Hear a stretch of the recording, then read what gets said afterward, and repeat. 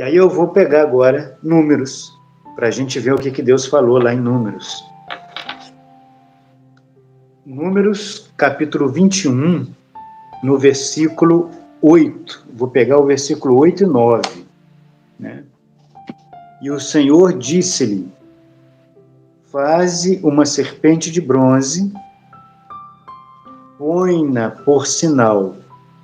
Aquele que, sendo ferido, olhar para ela, viverá. Moisés fez, pois, uma serpente de bronze e pô-la por sinal. Os feridos que olhavam para ela sararam, eram curados. Então você veja que em Êxodo 20, Deus proíbe o povo de fazer as imagens. Lá em Números 21, né, Deus já permite, né, inclusive ele ordena que se faça a serpente de bronze para que o povo fosse curado, né, da serpente que estava ali mordendo o povo, né, picando o povo ali na época da travessia lá do deserto. Então você veja que esses pontos a gente precisa deixar, né, claro aí para a gente não cometer nenhum equívoco. Mas vou passar a palavra para você, que eu já falei demais já. Eu queria fazer só um parêntese aí, se você me permite, porque se a gente parar para pensar, né, e inclusive está no catecismo isso, aquele povo pecou contra Deus, Deus permitiu um castigo, permitiu um mal, a invasão daquele acampamento por serpentes que picavam, e muitos morriam por causa do quê? Morriam por causa do pecado.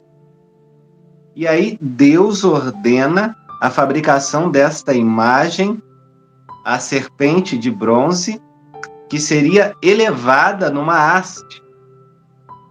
E quando todos olhavam para ela, amando de Deus, né? Olhavam, contemplavam essa serpente, eram curados. Esta serpente, né, elevada, é figura de Cristo. E é o magistério da igreja que diz isso. É uma prefiguração de Cristo. O povo cai pelo pecado, cai na morte do pecado, e vai ser salvo por aquele que é elevado no madeiro. Quando eu for elevado, atrairei todos a mim. Jesus é a confirmação disso. Né? Muitas coisas no Antigo Testamento apontam para Cristo. São uma prefiguração do que iria acontecer dali a algum tempo. Então, a imagem utilizada por Deus, ela aponta para algo. A imagem em si, ela não tem poder nenhum. Mas Deus sabe que a sensibilidade humana, ela é movida por aquilo que toca ou vê. E aí eu faço, já que o meu irmão tinha falado para eu pegar aqui, né? Eu sigo aqui um pouquinho no catecismo. Por quê? Né, eu quero pegar o parágrafo 2129, porque é um complemento também de Êxodo. Eles mostram aqui Deuteronômio também. Veja o que diz aqui. O mandamento divino incluía a proibição de toda a representação de Deus por mão do homem. O Deuteronômio explica: no dia em que o Senhor vos falou no meio do fogo do Horebe, não vistes figura alguma. Guardai-vos bem de corromper-vos, fazendo figuras de ídolos de qualquer tipo. Está em Deuteronômio 4, 15 e 16. E o catecismo diz assim: eis aí o Deus absolutamente transcendente que se revelou a Israel. Ele é tudo, mas ao mesmo tempo, ele está acima de todas as suas obras. Ele é o princípio e autor da beleza. quem as criou. É impossível representar Deus por nenhuma imagem. Então isso ficava claro nos mandamentos aqui.